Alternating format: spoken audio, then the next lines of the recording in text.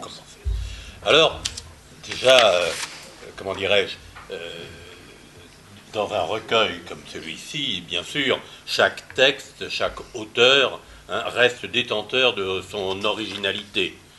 Et toutes les liaisons qu'on peut tenter de faire ne pourront les fondre dans une uniformité formelle. Mais alors, pour reprendre les métaphores musicales, on peut dire peut-être que ces textes gardent à l'armure de la partition, malgré des variations, mais variations à entendre au sens des variations Goldberg ou variations Belli, donc gardent ces textes à l'armure, gardent une même tonalité.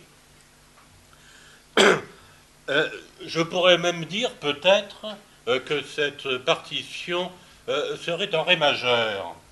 En ré majeur parce que deux dièses, hein, do et fa, mais qui représenterait quoi? Peut-être justement qui représenterait la forclusion et le soma, le trauma. Alors, Paul-Laurent Assoun aborde la dite partition en interrogeant même la note elle-même. Forclusion. Forclusion, il nous dit que c'est un terme qui, dans l'excès de son emploi, s'use. Il est effectivement, dans nos cénacles, employé, sinon à tort et à travers, mais du moins avec une intensité qui fait que le terme s'use. Au demeurant d'ailleurs, comme beaucoup d'autres termes. Le réel, l'autre. Bon, une fois qu'on a dit ça, on a eu l'impression que tout le monde nous a parfaitement suivis. Il s'agirait quand même de revenir un petit peu sur ces questions. Alors, folklore, bon, ça on le sait, juridiquement, passer un délai dans la loi, et là, Paul-Laurent Assoun utilise un terme qui devient intéressant, donc passer un certain délai, ce qui arrive est voué à inexister. Il pose la question d'ailleurs, pourquoi Lacan ne s'est-il pas satisfait du rejet, Verwerfung, mais avec la Verwerfung, la chose existe encore. Elle existe. Elle se tient dans l'ailleurs. Là, il nous dit que la chose existe. Même dans l'ailleurs, elle ne se tient pas. Et je trouve là qu'il fait une approche tout à fait remarquable de ce que pourrait être la forclusion sur un plan grammatical. Il nous dit la forclusion, c'est le nœud explétif. Je crains qu'il ne vienne.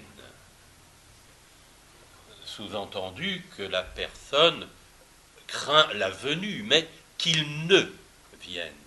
Ne change pas sa venue, mais quelque chose comme ça dans un ailleurs, quelque chose qui est rejeté sans qu'il revienne.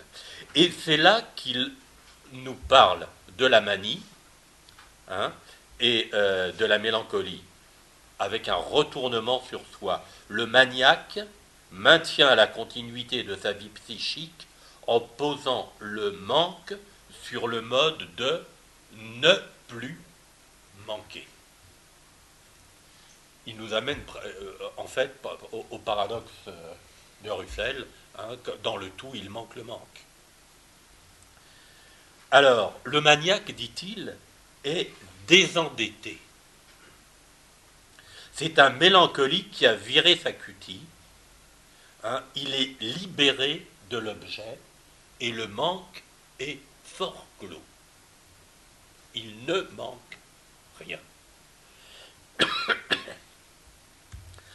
Alors, justement, dans ce que l'on peut entendre dans des maniaques, dans des cas de logorée, hein, la forclusion maniaque se marque à ce qu'elle livre le sujet à la métonymie pure de la chaîne signifiante.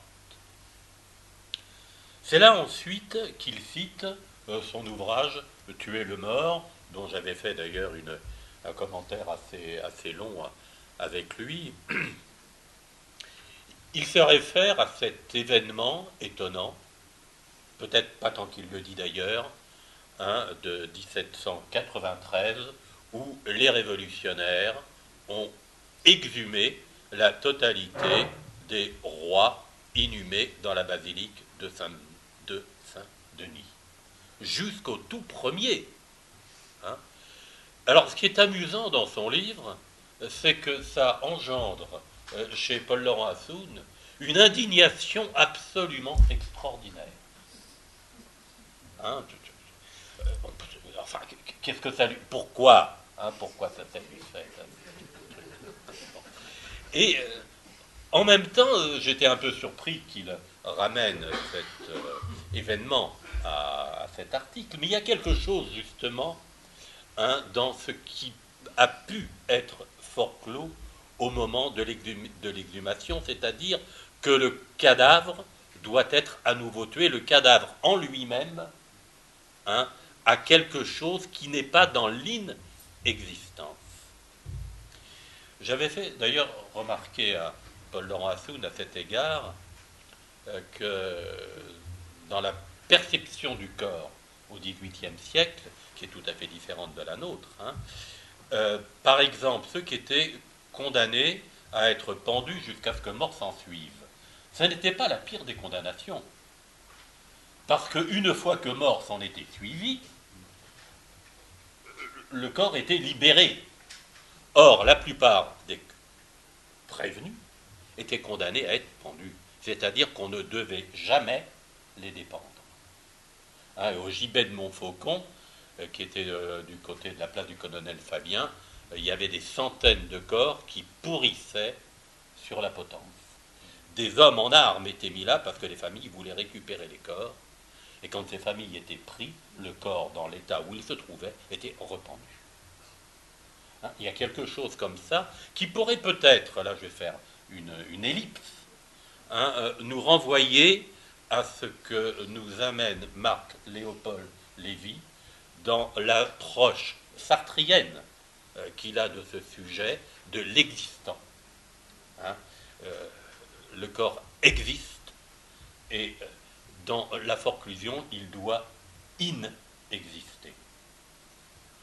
Bon, je m'arrêterai là pour Paul-Laurent Assoun. Je vous invite à lire l'article qu'on ne va pas relire. Alors peut-être, je vais aborder l'article, le premier, l'incipit de cet ouvrage, avec l'article de Guillardy, Jouissance barbare. Je pense, et là j'aimerais que peut-être Guillardy nous donne peut-être quelques mots, c'est pas d'accord.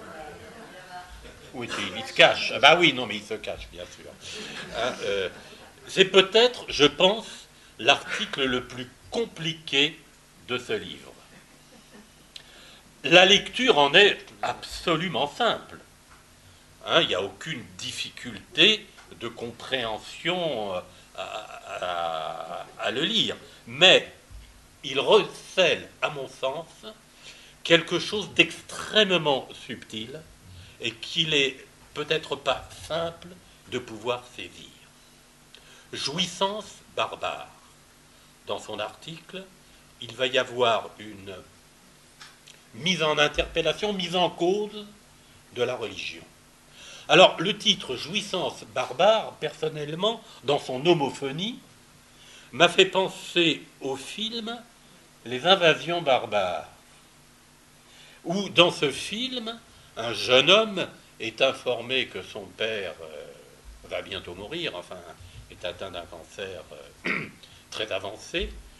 Et il vient le retrouver, comment dirais-je, il arrive à soudoyer des gens à l'hôpital, il lui fait, comment dirais-je, il a tout un étage pour lui, il achète une maison, il fait venir tous ses amis, et il y a quelque chose comme ça d'un rassemblement qui pourrait être quelque chose qui nous rapprocherait, je ne sais pas ce que tu en penses, Ouchang, qui nous rapprocherait du religieux, et peut-être de l'approche du religieux telle que tu l'interpelles dans cet article. Alors, le religieux, dans l'histoire, il y avait deux discours. Il y a le discours philosophique et le discours religieux. Dans le discours religieux, hein, il y a quelque chose qui est évacué, peut-être fort clos, hein, qui serait la superstition et la magie. Alors, première question, déjà, la psychanalyse est-elle héritière de la philosophie ou de la religion?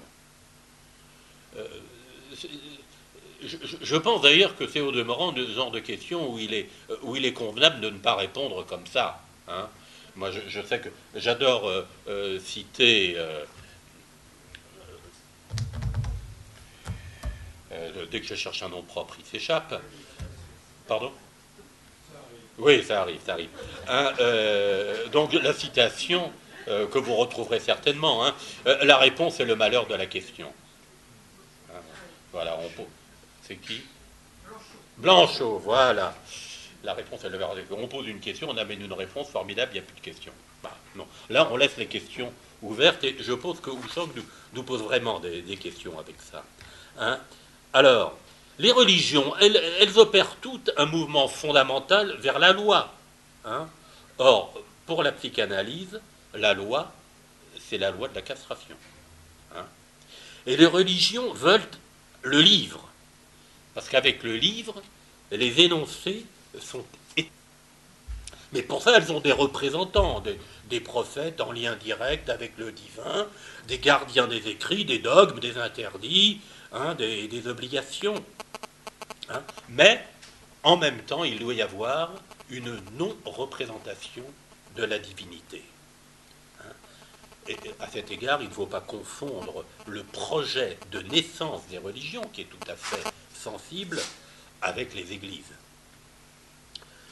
Alors, toute pensée, nous dit Houchang, a affaire avec la toute-puissance. Mais celui qui pense avoir abouti à la vérité de son désir est enfermé dans un vase clos. Houchang, si je dis des conneries, ne m'interromps, hein, parce que j'avance avec grande prudence dans ton article.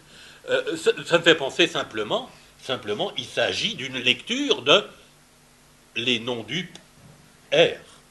Hein. Celui à qui on ne la fait pas, ben, il est bien paumé.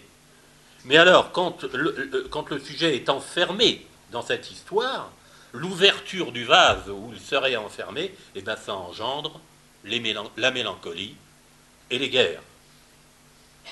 Alors, les trois religions. En quelques mots, hein, Houchang nous les situe.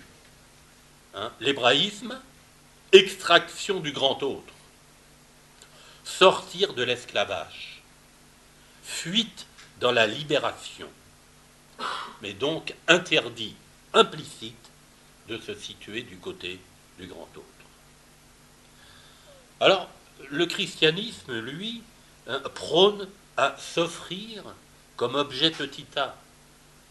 Pour le christianisme, il s'agit d'abandonner la bataille avec le grand autre, hein, de tendre l'autre joue. On ne sait pas où ça peut le mener. Et le mahométisme envisage la toute-puissance, imposition davantage qu'adhésion et soumission envers le Tout-Puissant.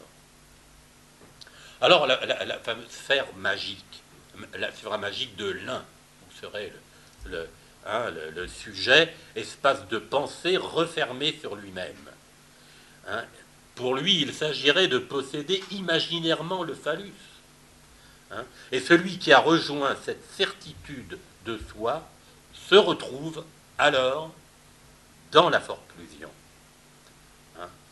Prétendre être le père de la horde, hein, amène à la crainte panique d'une possible castration. Hein, la castration est ce qui vient opérer une entame douloureuse dans cet espace originairement clos. Pour aller un peu plus loin, et je vous invite à le lire, je ne vais pas tout décortiquer, hein, chaque humain, question également que pose Wuchang, passe-t-il ou non par une phase psychotique? Hein, la castration quotidienne façonne la vie en un combat, ce qui est totalement éprouvant.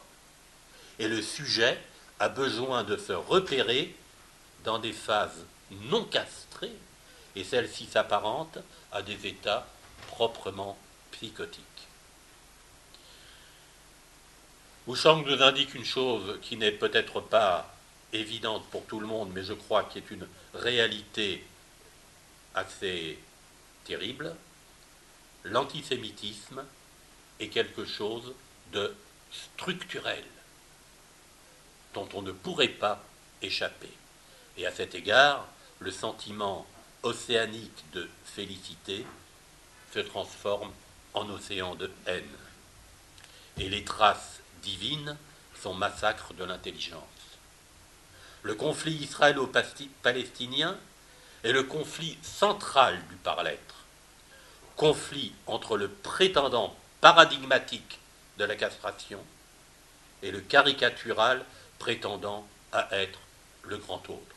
Wuchang en conclut que la barbarie n'a pas d'avenir, mais est-ce que c'est ce que nous disait Freud dans l'avenir d'une illusion, hein, où, ma foi, l'illusion perdure?